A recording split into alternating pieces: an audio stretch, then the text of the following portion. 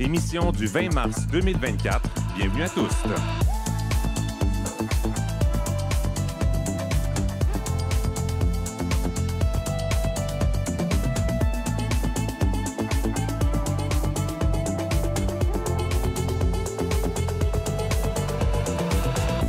Kim Roy-Grenier au microphone. Aujourd'hui à l'émission, nous allons parler de sexualité et de technologie parce qu'il ne faut pas se leurrer, l'une influence l'autre et vice-versa. Un colloque se penchera sur tous ces enjeux vendredi à Montréal. C'est organisé par les Trois Sexes et nous recevons sa directrice générale, Mylène de Repentigny-Corbeil. Bonsoir. Allô, Kim. Est-ce que vous pouvez vous décrire physiquement et nous partager vos pronoms? J'utilise le pronom « elle » et les accords féminins.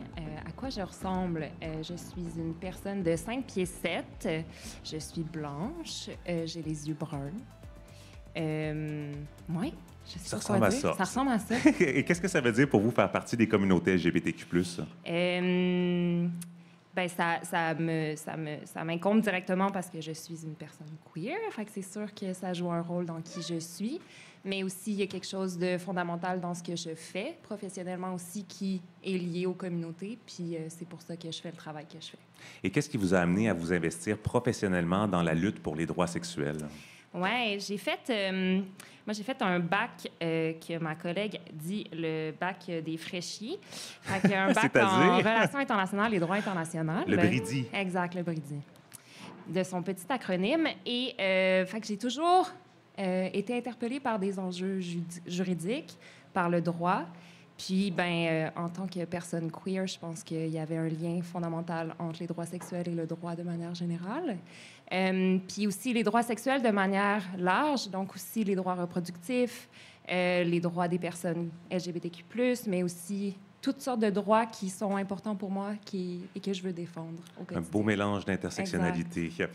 On reprend la discussion dans quelques instants. Et puis, c'est Trana Wintour qui nous présente sa chronique humoristique cette semaine. Bonsoir, Trana. Bonsoir. Est-ce que tu peux te décrire physiquement ce soir? Oui, je porte un T-shirt blanc Sailor Moon, un petit tuc et j'ai des hugs en glitter aujourd'hui. On ne peut pas les rater. C'est la première chose que je t'ai dite ce soir, que j'adorais tes bottes. De quoi tu vas nous parler ce soir? Ce soir, je vais vous parler de l'échec de Jennifer Lopez en fonction de la dominance LGBTQ. Très hâte d'entendre ça. Et puis, on va discuter de famille LGBTQ+, aussi avec la directrice générale de la Coalition des familles LGBT, Mona Greenbaum. Il y a eu des changements législatifs dans les derniers mois et il y en a d'autres à venir. Donc, elle sera avec nous en deuxième moitié d'émission. Et en culture, Parfaite Mouswanga sera avec nous pour jaser théâtre. Et oui, parce que notre autre collègue qui jase habituellement théâtre avec nous, Mélodie Noël-Rousseau, est sur scène ces jours-ci avec sa pièce Explosion, que Parfaite a vue. Donc, elle va nous en parler en fin d'émission. Moi, c'est Kim Roy-Grenier. Je suis journaliste homosexuel et non-binaire. J'utilise le pronom « il », sauf quand je suis maquillée ou je préfère le pronom « elle ».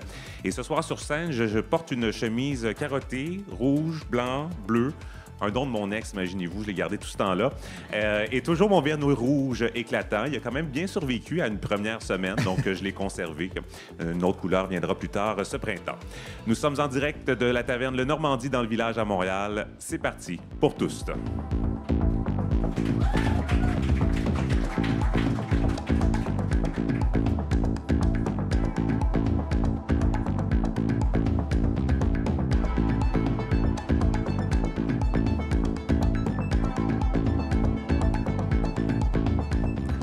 Ce vendredi a lieu la 6e édition du colloque Sexualité et technologie organisé par les Trois Sexes.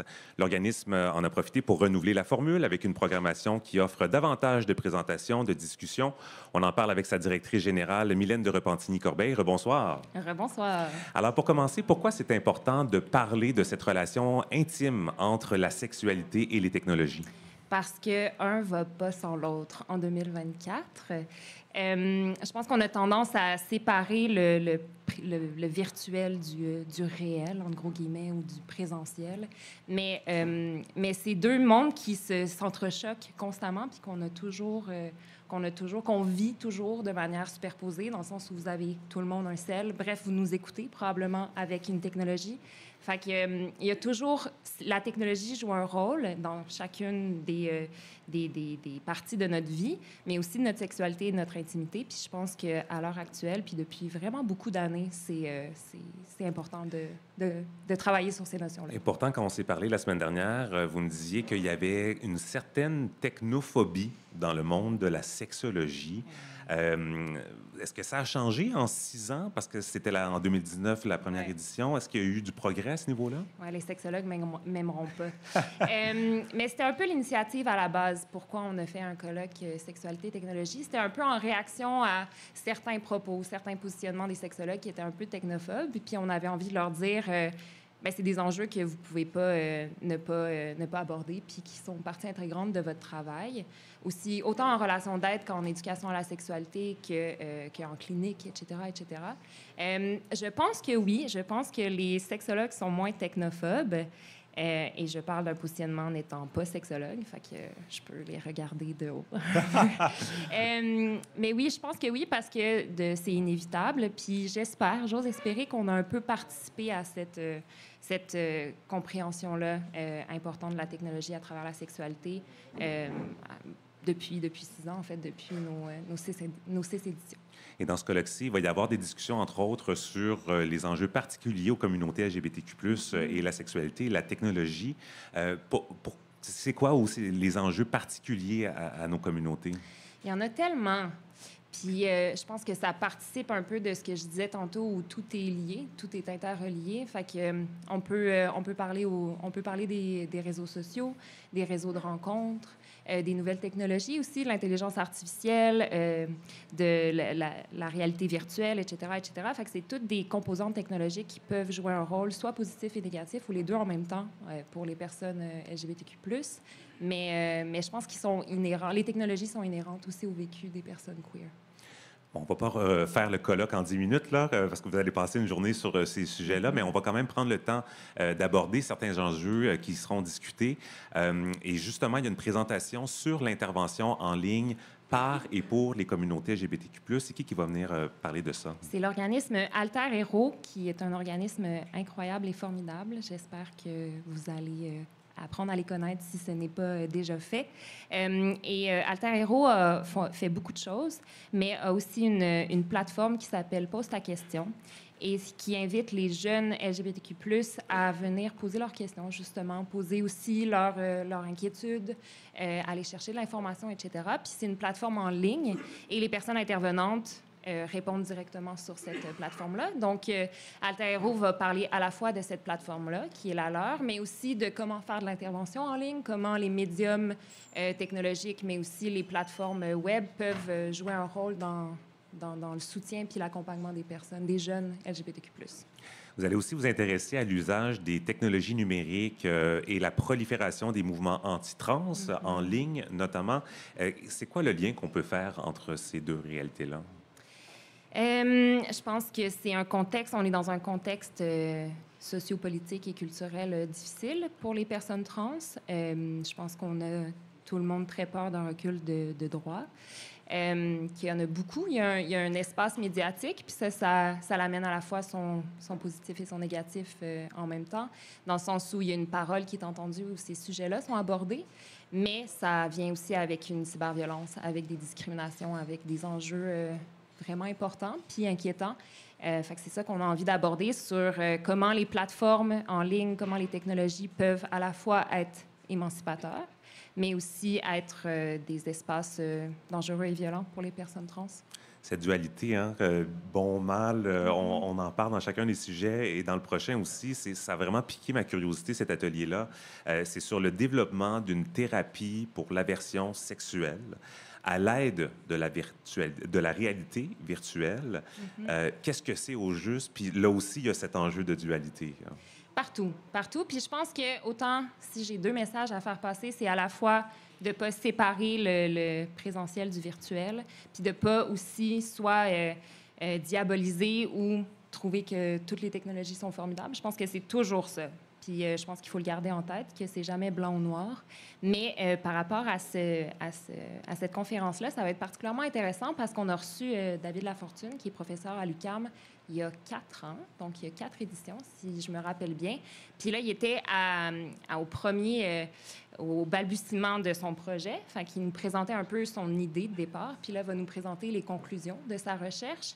Fait que j'ai très hâte de l'entendre. Mais c'est comment la réalité virtuelle peut être utilisée pour accompagner les personnes qui ont des aversions sexuelles. Fait que comment des avatars et la réalité virtuelle peuvent participer d'un processus à la fois thérapeutique, mais aussi d'accompagnement de ces personnes-là qui vivent avec de l'aversion sexuelle. Mais il y a risque de dérive. On a reçu il y a quelques semaines un invité sur les thérapies de conversion. Il y a possibilité aussi que cette technologie-là ou ces techniques d'intervention soient récupérées. 100%. Puis quand on s'en parlait vendredi dernier, justement, ça m'a fait reconnaître ces enjeux-là ou ces dérapes-là potentiels.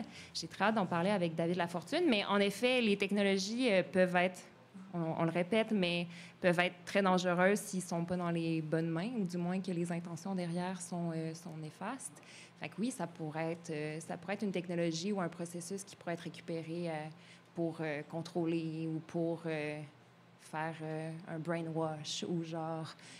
éteindre la personne, justement. Son identité. Mais oui, je pense qu'il y a des dérapes possibles. Alors, ce colloque, c'est vendredi toute la journée au Centre Phi à Montréal. On va prendre le temps de parler de quelques autres projets que vous avez chez les Trois Sexes. Vous avez lancé cet hiver un balado d'éducation à la sexualité pour parler de la réalité des jeunes de la diversité sexuelle et de genre. Ça s'appelle SEGGS, S-E-G-G-S, et on en écoute un extrait. Utilisé comme hashtag pour parler de sexualité. Puis je trouvais ça hyper intéressant, en fait, d'amener ce mot-là qui est utilisé dans toutes les langues à travers le monde, dans le monde numérique et aussi dans les contenus d'éducation à la sexualité des sex educators ou des éducatrices, éducateurs à la sexualité, finalement. Fait que pourquoi pas l'appeler SEGS? Comme ça, on commence puis on se crée une vision, finalement, qui est déjà... pas censurer de l'éducation à la sexualité. Moi non plus, je ne connaissais pas ce mot-là. C'est un balado animé par 2 sexologues, Estelle Cazelet et Julie Lemay. Elles travaillent beaucoup avec les jeunes, justement. Ça s'entend qu'on écoute les épisodes. C'était quoi l'objectif? C'est né d'où, ce balado-là? Petit aparté sur le nom.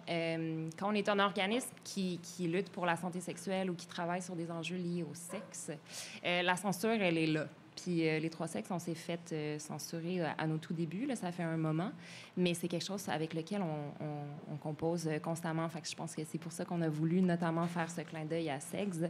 Mais ce balado-là est né de l'idée de la création de notre directrice du volet éducation, Estelle Cazelet, qui anime aussi le podcast.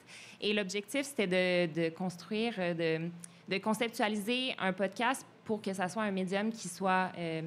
facilement diffusable, qui puisse être repris aussi par des intervenants-intervenantes, par des professionnels, par le milieu de l'éducation aussi, fait que ça soit un outil. Puis on le voit aller, là, on va avoir un nouveau cursus de culture et citoyenneté québécoise qui va voir le jour peut-être en septembre, puis qu'il y a des contenus en éducation à la sexualité dans ce cursus-là. Fait que c'est aussi donner des outils potentiellement aux profs pour dire, ben en voici un, vous pouvez utiliser des extraits, vous pouvez le faire jouer, etc. Fait que ça devienne un outil aussi pédagogique, mais que ça soit vulgarisé, accessible, puis que ça parle aussi aux jeunes. Puis parler aux jeunes, c'est complexe. Les jeunes du secondaire, dans ce cas-ci? Les jeunes du secondaire et aussi plus particulièrement de secondaire 2 à 4 parce qu'on les oublie tout le temps, ceux-là. On parle beaucoup, genre, des jeunes ados, fait que fin primaire, secondaire 1, puis les plus vieux ados, fait que secondaire 5, cégep, mais il y a comme une tranche d'âge qu'on cible moins. Puis c'est vraiment cette tranche d'âge-là que les 2 sexologues ont ciblé. Mais même si on n'est pas adolescent, on peut quand même l'écouter. Oui, on apprend plein de choses. Puis, comme le disent les animatrices, ça fait du bien d'entendre ces choses-là qui, personnellement, moi, m'ont manqué durant mon adolescence, dans mon développement personnel. Donc, c'est une série de 8 épisodes. Il y en a 7 qui sont en ligne en ce moment. Le dernier sera mis en ligne la semaine prochaine. Et il y a aussi des fiches pédagogiques qui accompagne chacun des épisodes. C'est disponible sur votre site Internet. Et comme un projet n'attend pas l'autre chez les Trois Sexes, on vient en fait, vous venez de lancer une série de capsules vidéo. Ça s'appelle « Rêve ton futur » où on peut entendre des jeunes LGBTQ+. On a aussi un extrait pour vous. Pour moi, être Two-Spirit, c'est comme je vis avec deux esprits dans mon corps. Des fois, je me réveille puis je me sens très féminine. Des fois, je me réveille et je me sens très masculin. Puis, ouais, des fois, il y a des journées où je le sais pas. Puis les deux, c'est comme une bataille dans mon corps. Mais, ouais, c'est ça. Je pense qu'il y a quelque chose de vraiment beau avec ça. C'est vraiment, ça m'aide aussi avec ma créativité parce que j'ai une différente expression de moi-même à chaque jour. Je dois l'avouer, je suis vraiment un fan de ce projet-là que j'ai découvert la semaine dernière. Ça m'a beaucoup ému. C'est une série de témoignages audio sur des vidéos d'animation. Donc, on ne voit pas la personne qui parle, des capsules de 4 minutes. Ça s'écoute super bien, c'est beau, c'est touchant. Là aussi, comment c'est né, ce projet-là? C'est vraiment un projet bonbon. Puis j'ai eu la chance de faire les entrevues et j'ai pleuré à chaque entrevue. Puis à chaque fois que je réécoute les capsules, je braille à nouveau. Fait que c'est un projet qui nous touche beaucoup à l'équipe, puis qu'on est très, très reconnaissant d'avoir pu le porter.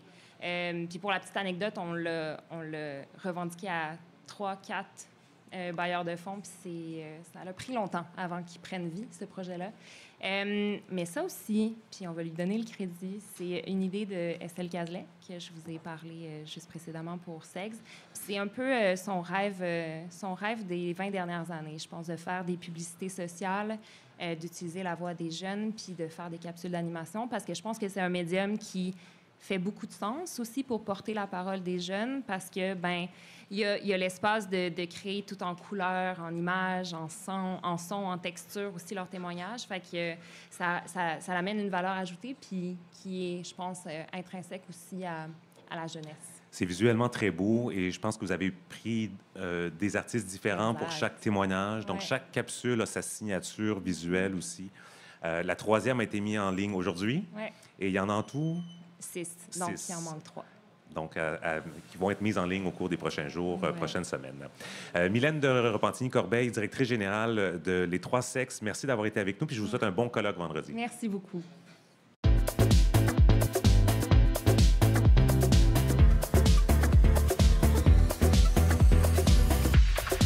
Voici maintenant un résumé des nouvelles nationales et internationales. Une nouvelle campagne de sensibilisation a été lancée aujourd'hui sur le dépistage du VIH, organisée par la Table des organismes montréalais de lutte contre le sida, la Coalition des organismes communautaires québécois de lutte contre le sida, COQ-SIDA et Réseau. Cette campagne printanière invite les personnes des communautés LGBTQ+, à faire un dépistage printanier et à adopter des habitudes de dépistage régulières, parce qu'environ la moitié des hommes de la diversité sexuelle qui reçoivent un diagnostic de VIH n'avaient pas été testés depuis plus d'1 an.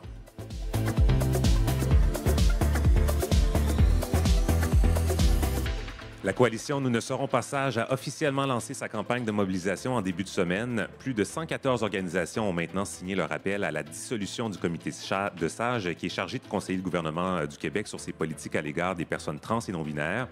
La coalition exige du gouvernement Legault qu'il cesse de remettre en question les droits des personnes LGBTQ+, et joue son rôle de protecteur des minorités. Une grande manifestation est prévue le 31 mars à Montréal.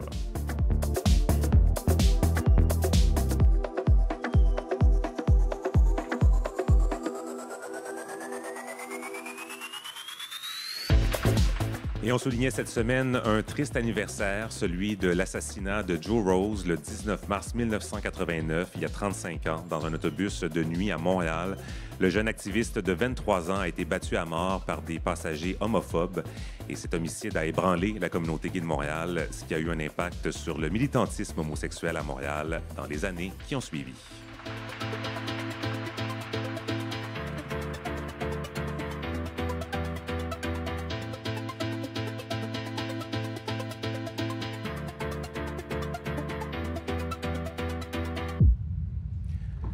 À la chronique humoristique cette semaine, c'est le retour de Trana Wintour, qui avait été la première à venir sur notre scène pour nous partager son billet d'humeur.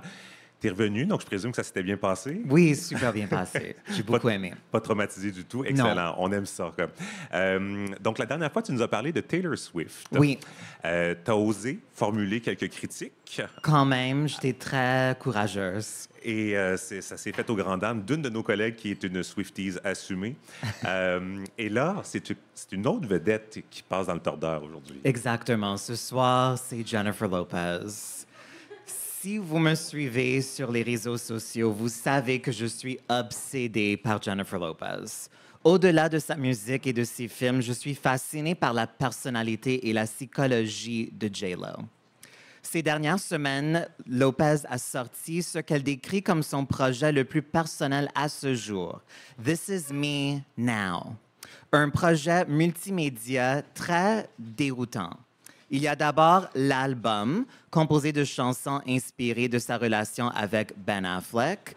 Pour un peu de contexte un peu mélangeant, OK? Il y a 20 ans, en 2002, Jennifer sortait avec Ben. Elle était tellement en amour. Elle a créé un album qui s'appelle This Is Me Then. Leur relation a été rompue. 20 ans plus tard, ils sont maintenant mariés. Elle est inspirée de nouveau par sa relation de Ben Affleck. Alors, elle a créé un sequel à l'album qui s'appelle maintenant This Is Me Now. Est-ce que ça fait du sens? C'est comme beaucoup de mots pour quelque chose qui a vraiment pas beaucoup de valeur, mais quand même.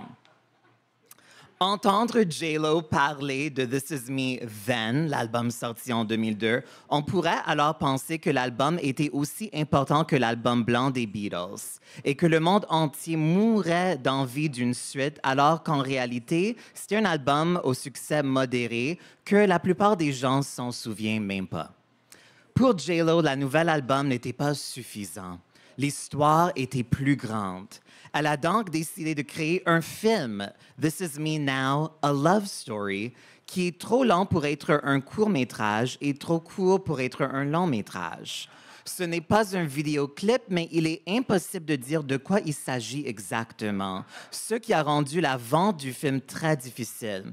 En fait, J-Lo n'a trouvé personne qui voulait produire son film, alors elle a décidé de le faire avec son propre argent. 20 millions de dollars. Laissez-moi vous résumer l'histoire du film. Une belle femme a trop peur pour être seule, alors elle a des relations avec les mauvais hommes, puis finalement elle trouve le bon, Ben Affleck, mais ça se termine.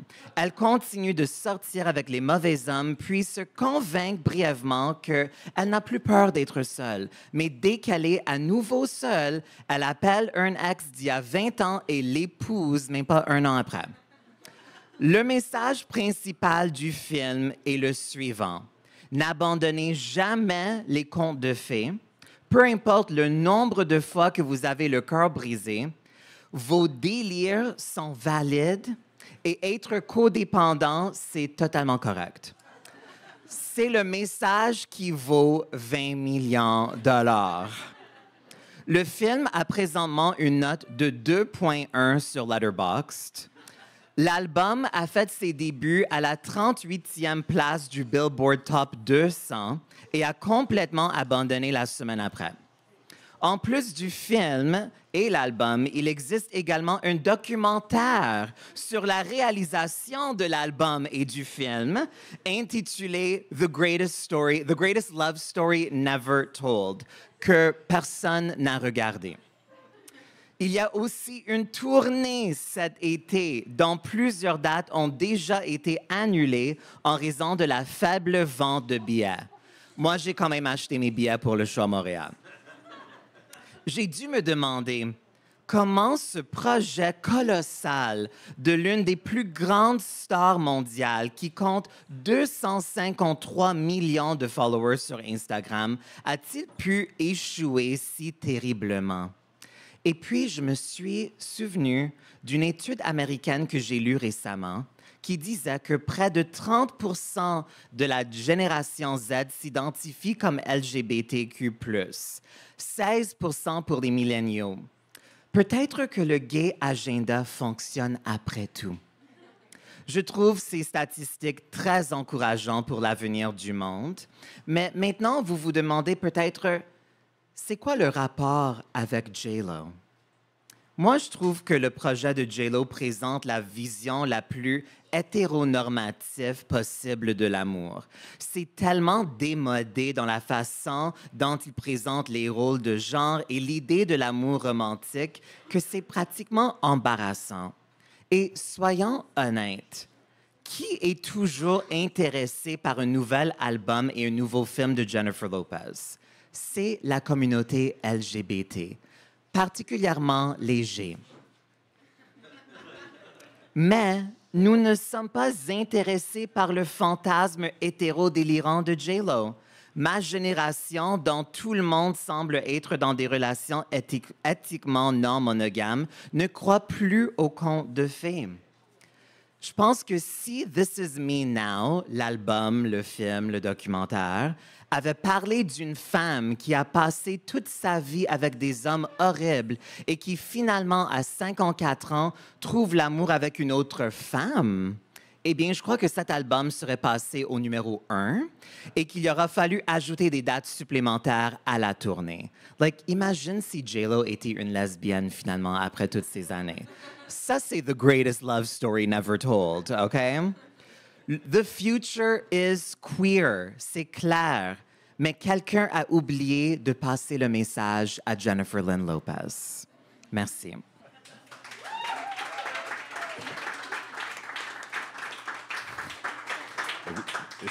Est-ce qu'on m'entend? Oui, OK, parfait. Oui, merci, Trana, d'être venue. Mais je veux aussi te remercier, je te l'ai dit par courriel cette semaine, merci de faire de mon éducation sur le Star System international. C'est vraiment mes amis de longue date que je regarde au fond de la salle le savent. C'est vraiment mon talon d'Achille. Alors, je compte sur toi pour continuer.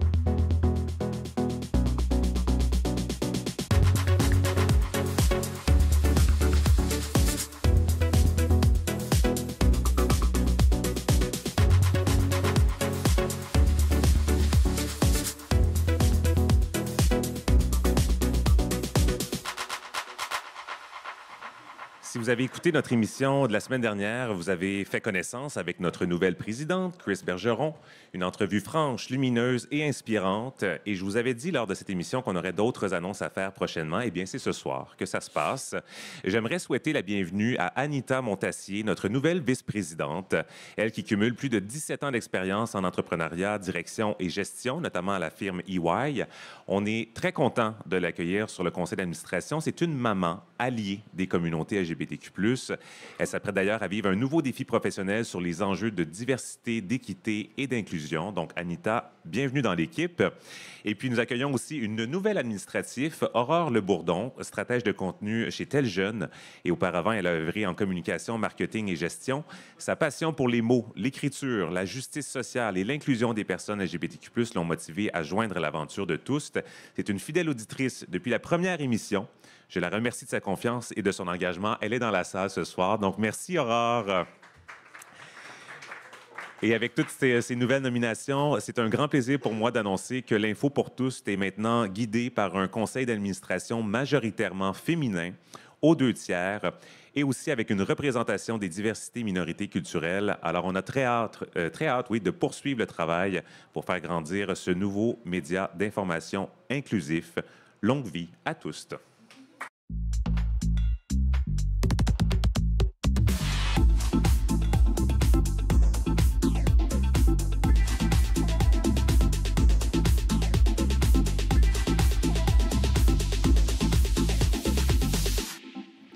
Le mois dernier, pour la Saint-Valentin, on a parlé à l'émission de dating en ligne, d'applications de rencontres. Et je mentionnais avoir observé en 10 ans des changements sur Tinder. De plus en plus de personnes de la communauté LGBTQ+, y affichent leur désir d'avoir des enfants. Alors, on a voulu plonger dans le sujet et on va le faire ce soir en compagnie de la directrice générale de la Coalition des familles LGBT, Mona Greenbaum. Bonsoir, Mona. Hello. Est-ce que vous pouvez vous décrire physiquement et nous partager vos pronoms? Oui, donc les pronoms que j'utilise sont elle, she en anglais, les accords au féminin. Et mais mon look, c'est lesbienne à la fin des années 50, un peu butch. Et puis, en fait, je n'ai pas pensé avant que je dois décrire ça, mais je suis habillée complètement en noir. Donc, c'est facile de m'imaginer, même mes Crocs sont en noir. Mais c'est très confortable. En tout cas, Oui, ça a l'air très super confortable. Souliers confortables. Qu'est-ce que ça veut dire pour vous faire partie des communautés LGBTQ+. Mais pour moi, c'est la famille. Honnêtement, je suis dans cette communauté, mais depuis toujours, mais comme vraiment impliquée depuis une trentaine d'années. Et j'ai fait tellement d'amis à travers les années. Et puis, c'est ma famille. Et qu'est-ce que ça veut dire pour vous maintenant d'être une maman lesbienne? Mais ça fait beaucoup d'années. Mes enfants sont dans les vingtaines déjà. Donc, c'est vraiment... c'était une décision que j'ai faite tardivement. J'ai seulement pensé avoir des enfants au début de mes trentaines. Et donc, j'ai eu mes enfants au mi-trentaine et ça a complètement changé ma vie, évidemment. On s'en doute. Oui, c'est ça. Mais oui, c'est un voyage fabuleux. Puis en même temps, il y a 20 ans, mi-trentaine, pour une personne lesbienne, là, c'est pas tard du tout. Là, on va en parler, là, mais dans le sens que les projets arrivaient toujours un petit peu plus tard que chez la population hétérosexuelle. La parentalité LGBTQ+, c'est le fruit d'un long combat au Québec. On va revenir sur certains moments clés, mais d'abord, j'aimerais qu'on aborde un changement récent qui est entré en vigueur plus tôt ce mois-ci. C'était le 6 mars, pour être plus exact. C'est par rapport à la grossesse pour autrui, la GPA. Qu'est-ce qui a changé exactement le 6 mars? Mais en fait, c'était une loi qui a été adoptée en juin 2023. Finalement, on a au Québec un encadrement légal de la grossesse pour autrui. Donc, c'était pas illégal avant, mais c'était comme les contrats n'étaient pas possibles, n'étaient pas reconnus. Donc, maintenant, on a un cadre légal. Et ce qui a changé, donc, c'est une loi qui entre en vigueur progressivement. Et ce qui a changé le 6 mars, c'est que maintenant, il y a comme un système en place parce que il faut qu'on fait une rencontre d'information avant d'entrer dans un projet comme ça. Donc, il y a une rencontre avec un travailleur social ou un psychologue pour discuter comme tous les enjeux autour, que ce soit social, médical, légal, qui sont dans ce projet parental. Donc, ça, c'est en place maintenant. Il faut avoir cette rencontre. Il faut ensuite rencontrer un notaire. Donc, le processus commence à fonctionner. Puis aussi, la couverture des certains frais médicaux. Donc, ça, c'est intéressant aussi.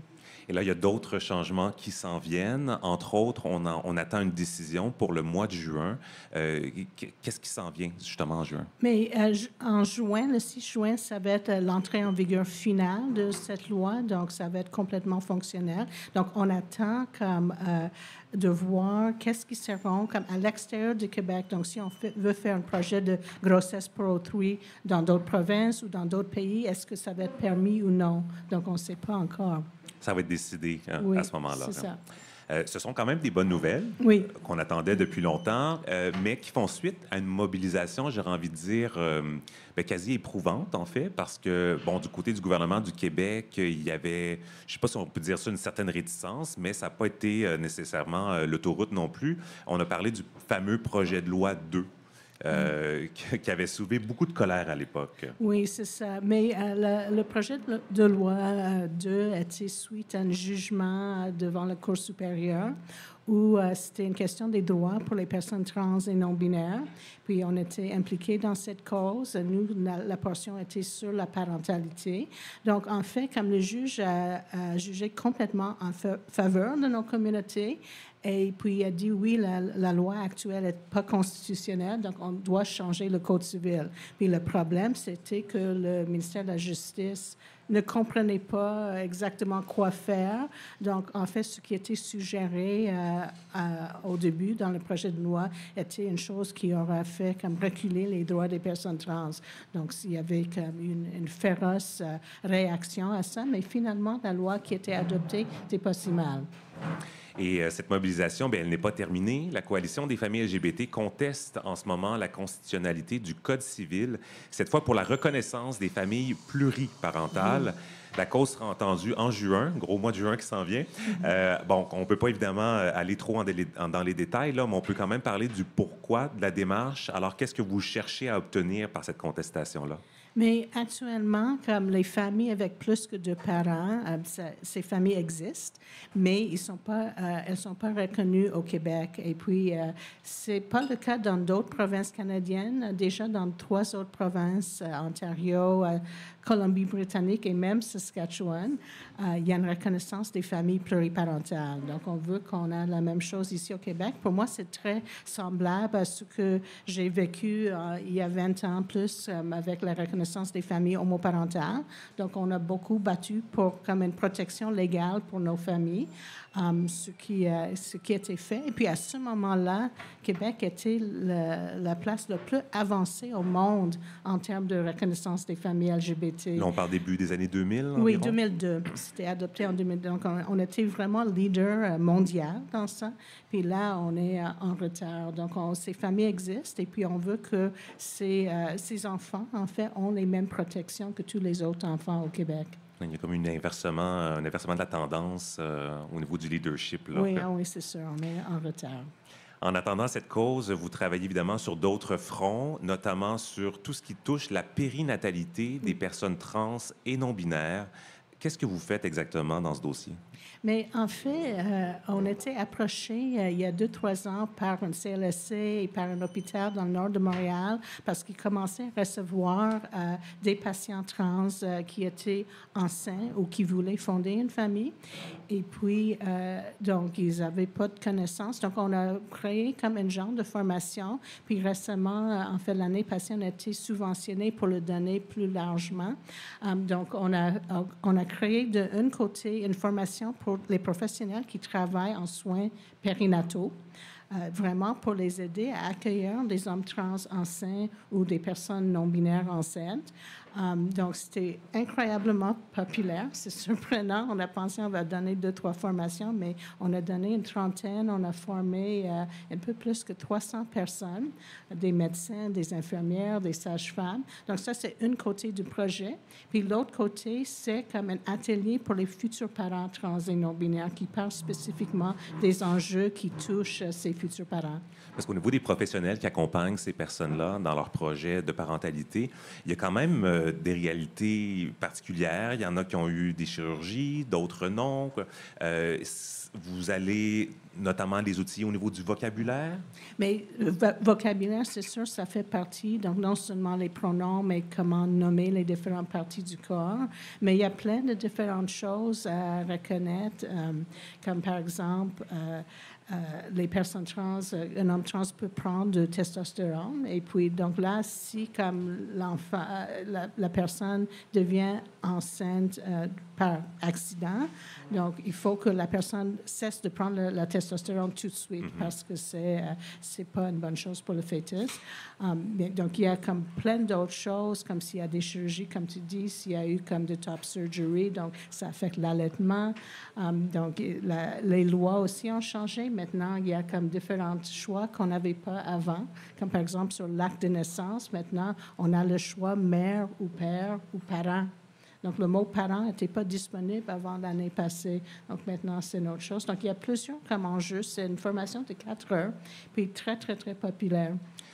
Vous n'êtes pas la première personne à nous soulever l'enjeu de la formation pour combattre la discrimination, parce que vous aussi, vous avez observé une certaine montée de la haine dans les dernières années au niveau des enjeux de la parentalité. Oui, c'est ça.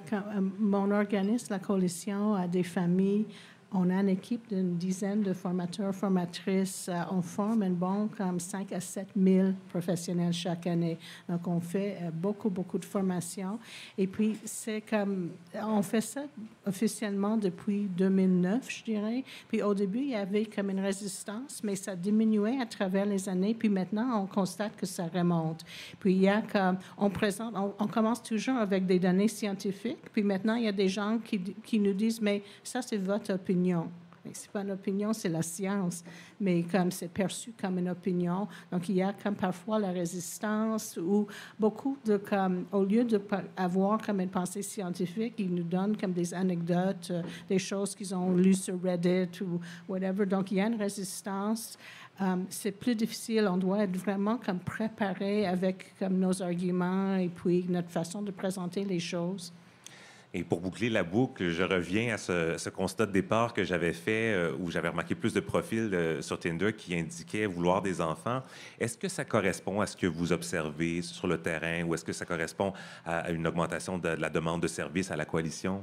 Mais c'est sûr que la démographique de notre groupe a complètement changé à travers les années. Nous, notre organisme était fondé dans les années 90.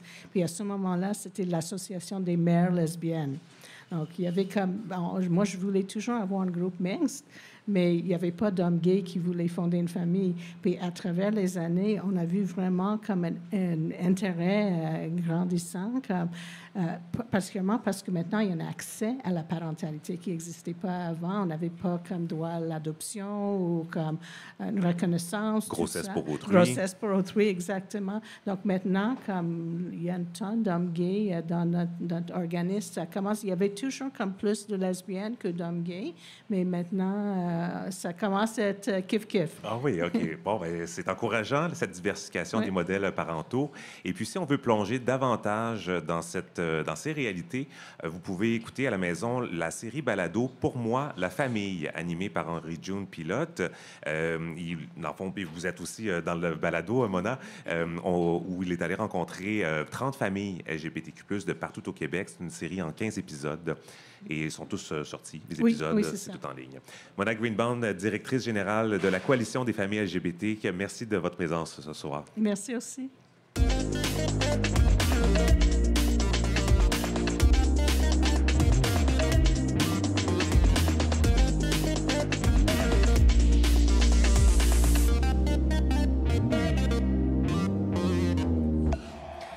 Ce soir, on va vous parler de théâtre, mais pas avec Mélodie Noël Rousseau, parce que, enfin, on va parler d'elle.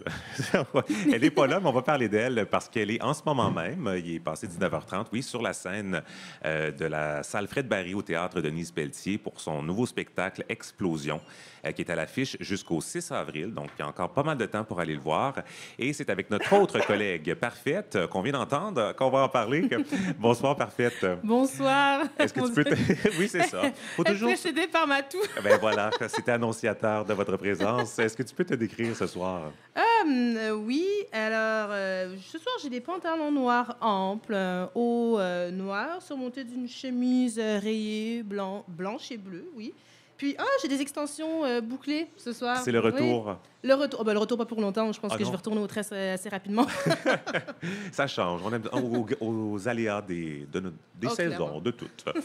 Alors, ça n'a pas été très dur de te convaincre de parler de théâtre ce soir, parce que justement, tu es ici pour nous parler de cinéma-télévision. Quand je t'ai proposé d'aller voir la pièce, tu as dit oui. Ben oui. Déjà, il y a tellement peu de shows queer à Montréal. Enfin, je ne peux pas manquer le peu qui sortent. Puis c'était déjà un show qui était à mon calendrier. Quand on a parlé, quand tu m'as proposé de couvrir, j'ai fait, ben oui, je vais venir. Puis, je ne vais pas le cacher, je suis aussi fan de Mélodie et de Geneviève, sa conjointe, et de leur compagnie, Pleurer dans la douche, puis tout ce qu'ils font. On va y revenir, mais ils ont une place importante dans la communauté. Puis leur démarche, elle est formidable. Donc, voilà. Moi, j'ai vu leur premier spectacle, Rock-Bière, le documentaire. Toi, tu as vu le deuxième l'an dernier, Ciseaux. Leur nouveau spectacle s'appelle Explosion. On va se mettre dans l'ambiance un tout petit peu en écoutant un extrait de leur promo. Avertissement, avertissement. Pleurer dans douche ouvre un nouveau service public dans Hochelaga Maisonneuve. Une coopérative communautaire.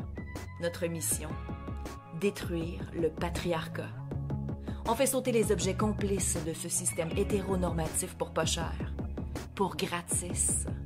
On a rassemblé toute la puissance des secteurs industriels, manuels, émotionnels, intellectuels et matrimoniaux. Une escouade qui n'a pas peur de la grosse job sale. Ça met la table, c'est la voix de Mélodie qu'on entendait. Alors, de quoi ça parle? Qu'est-ce qui explose? Ben, Explosion, enfin, vous l'avez un peu entendu, c'est une shop de démolition queer et féministe dans Hochelaga Maisonneuve et qui a pour mission de détruire le patriarcat en détruisant littéralement des objets qui y sont liés. Donc, c'est fait dans l'humour, parfois dans la colère, parfois ça prend même la forme d'une espèce de rituel sacré. Mais c'est ça, c'est une espèce d'immersion, comment je peux dire? J'ai pas envie de dire dans la violence, parce que si on n'est pas exactement là, mais justement, toute la question, c'est quelle est la vraie violence? Est-ce que c'est la destruction de l'objet ou est-ce que c'est ce que cette destruction-là dénonce? Et donc, leur question de départ pour ce projet, c'était, est-ce que si on détruit un objet, on libère la douleur qui peut être rattachée à cet objet-là? Et toi, comment tu as vécu cette expérience? Oh my God! Ben, de toute façon, vous savez, je parle pas de choses que je n'aime pas de toute manière.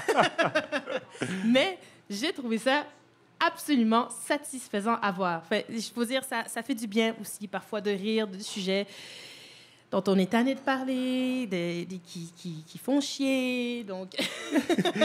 Puis justement, ce spectacle-là, ça fait écho un peu à cette forme de fatigue militante, là, oui, d'être tanné, là. Oui, on en parle. Tu sais, parfois, c'est aussi de là qu'elle vient, cette rage violente-là, de l'épuisement, du trop-plein qu'on peut ressentir, de pourquoi est-ce que ça ne me tente pas de répéter et d'expliquer encore une fois pourquoi est-ce que c'est offusquant de faire des jokes racistes dans le bois, mettons, si vous voyez. Mais bon, donc c'est une expérience qui est, je trouve, vraiment super bien pensée pour l'espace. On est dans la salle Fred Barry, qui est une salle qu'on peut rendre facilement intime. C'est une toute petite, c'est une salle moyenne, mais... Et l'entrée dans la salle, elle est faite en musique, musique qui est jouée en live. La scénographie, elle est malade. Il y a des outils partout, des accessoires à gogo, des Easter eggs que je ne vais pas révéler ici ce soir. Et c'est punk, puis déjanté, puis les interprètes sont aussi très, très généreuses, puis on la ressent, cette énergie-là. On est proche de la scène, puis c'est encore mieux parce que c'est un show où le public est aussi invité à participer. Oui, l'interaction, en tout cas, nous, on était dans la première rangée, donc on l'a vu de près, ça fait partie du spectacle. Puis d'ailleurs, dès l'entrée là, dans la salle, c'est pas encore tout à fait commencé, il n'est pas 19h30, mais on sent là, qu'il va y avoir une interaction. Oui, puis je trouve que c'est fait avec beaucoup de bienveillance aussi. On n'est pas du tout pris au piège, on n'est pas forcé de participer si on ne veut pas non plus. Mais dès qu'on arrive, le 4e mur, il n'existe pas. Leur adresse au direct, l'adresse au public, pardon, elle est franche. Et puis elle crée comme une atmosphère assez décontractée, sympathique. Puis ça donne un peu l'impression qu'on est un peu dans une bulle hors temps. On fait pause, puis on vit un moment tous ensemble. Nous, on a vu l'enchaînement samedi dernier. On était peut-être une quinzaine là, dans la salle, donc c'était une atmosphère différente. Toi, tu y es retourné hier pour la grande première. Alors, c'était quoi l'énergie, là, une fois que la salle était pleine? Est-ce que le public a embarqué? Oh my God, le public a vraiment embarqué. Dès le début, on a pu crier. Bon, j'aurais crié un peu plus si ça n'avait pas été un soir de première.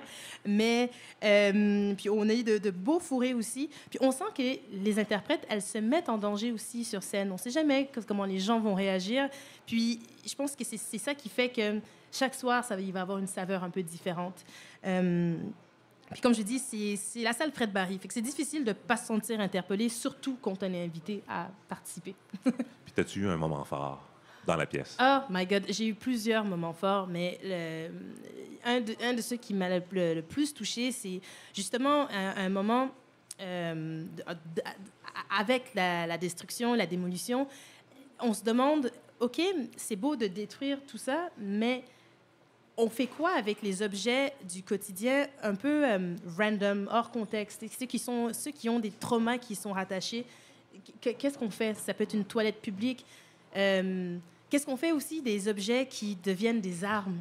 Des objets du quotidien, on parle d'un coussin, d'un fer à repasser, d'un fil électrique. Tout ça, un poêle. en tout cas, c'est difficile de manquer l'allusion au féminicide à ce moment-là. Oui, il y a ces passages-là, effectivement, assez prenants. Un autre passage aussi, moi, qui m'a marqué, c'est qu'à un moment donné, les interprètes se demandent, OK, bon, on détruit, mais après ça, qu'est-ce qu'on fait? On s'en va où? Oui. Puis, c'est une question qu'on a posée, d'ailleurs, à la metteuse en scène et une des co-autrices du spectacle, Josiane Dulon-Savignac. Puis on peut écouter ce qu'elle avait à dire. C'est comme si cette question-là qui revient à répétition, est-ce que ça va aider? Est-ce qu'on va être des meilleurs humains? Ou est-ce qu'on s'en va comme ça?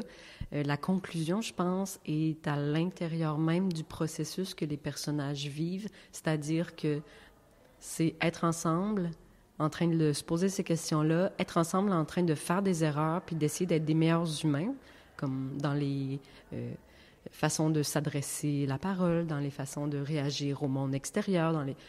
La réponse est à l'intérieur du groupe, en fait. Puis, elle ajoutait aussi que le revers du patriarcat, c'est de se concentrer sur ce qui fait partie du matrimoine. Donc, ce qui fait partie d'un héritage qui est légué par une génération de femmes qui étaient là avant. Et c'est par exemple aussi le métier à tisser qui devient un outil de destruction et de transformation sur scène. C'est un objet qu'elle tenait par exemple à réparer. Tu nous as parlé en début de chronique à quel point la démarche de Mélodie Noël-Rousseau et Geneviève Labelle, elle est engagée et ça fait partie de leur identité créatrice. Oui. Leur compagnie s'appelle Pleurer dans douche. C'est une compagnie de création de théâtre queer et féministe. Puis elle est importante. Elle s'impose dans le milieu de par leur pratique d'affirmation de soi. Puis, on peut écouter ce que Geneviève Labelle, donc une des cofondatrices de la compagnie, avait à dire. Nos 2 précédents spectacles dénonçaient la misogynie sous-jacente dans les communautés LGBTQ+, puis on parlait de l'histoire des drag kings, de l'histoire des lesbiennes, mais on avait envie aussi d'être des personnages queer sur scène, sans en faire un cas, sans que ça soit le sujet nécessairement. Fait que c'est le fun parce qu'on est 4 bonnes butches sur scène, puis c'est rare qu'on voit ça au théâtre.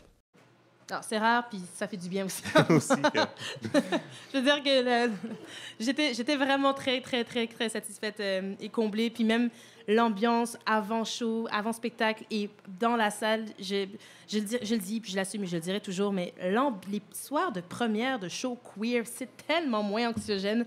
Je trouve ça... en tout cas, je trouve ça fabuleux. C'est comme une rencontre aussi de la communauté, donc je trouve ça fantastique. Et puis...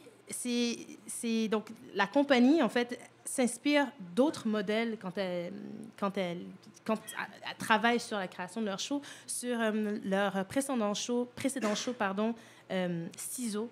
Elles avaient fait appel à plusieurs modèles de la communauté. On peut penser à Manon Massé, la réalisatrice Suzanne Serre, ou encore la cinéaste et historienne lesbienne Diane Heffernan. Puis sur Explosion, elles ont vraiment insisté sur le fait que c'est un travail qui se fait à l'horizontale.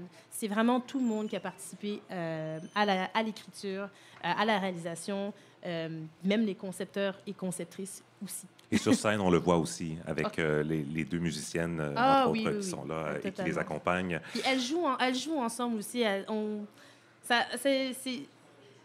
On sourit. C'est sérieux, c'est grave, c'est énervant, c'est frustrant et c'est un peu choquant, mais ça fait du bien aussi de se retrouver.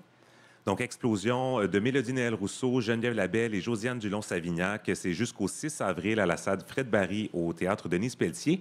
Et puis, on a une bonne nouvelle pour vous, en fait. On a une paire de billets à faire tirer pour la représentation du 26 mars. C'est mardi qui vient à 19h30. Alors, si vous souhaitez participer, vous pouvez nous écrire à concours@commercialtoust.com. Vous avez jusqu'à dimanche et puis les personnes gagnantes seront contactées lundi. Et puis, si jamais vous n'êtes pas gagnant-gagnante, mais vous pouvez toujours acheter des billets allez-y quand même, jusqu'au 6 avril. Merci beaucoup, Parfaite. Merci.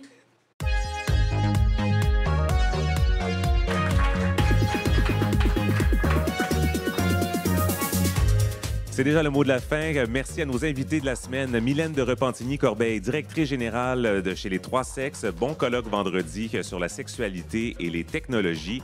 Notre invité humoriste cette semaine, Trana Wintour. Merci beaucoup encore une fois de faire mon éducation sur le Star System international. Et merci également à Mona Greenbaum de la Coalition des familles LGBT. Bonne lutte dans votre cause qui s'en vient devant les tribunaux cet été. Merci aussi à Parfaite Moussoangok et j'en profite pour souhaiter bon show à notre collègue Mélodie Noël Rousseau et sa conjointe Geneviève Labelle. Merci à notre technicien cette semaine, Chante Abralian. Et merci également à nos deux interprètes en langue des signes, Marie Penel et Catherine Langevin-Pépac. Je vous invite à... Oui, on peut les applaudir. Je vous invite à venir nous voir ici au Normandie tous les mercredis. On commence à 19h. Vous pouvez arriver avant, vous pouvez rester après. Il y a du karaoké qui s'en vient. Aussi, on va faire une petite discussion informelle avec les membres du public. Suivez-nous sur nos réseaux sociaux, Facebook, Instagram, TikTok. Abonnez-vous à notre infolette. Le formulaire est sur notre site Internet. Écrivez-nous si jamais vous avez des suggestions, des commentaires. Ça me fait toujours plaisir de vous lire. Ici Kim Roy-Grenier, au nom de toute l'équipe, merci d'avoir été avec nous et je vous dis à la semaine prochaine.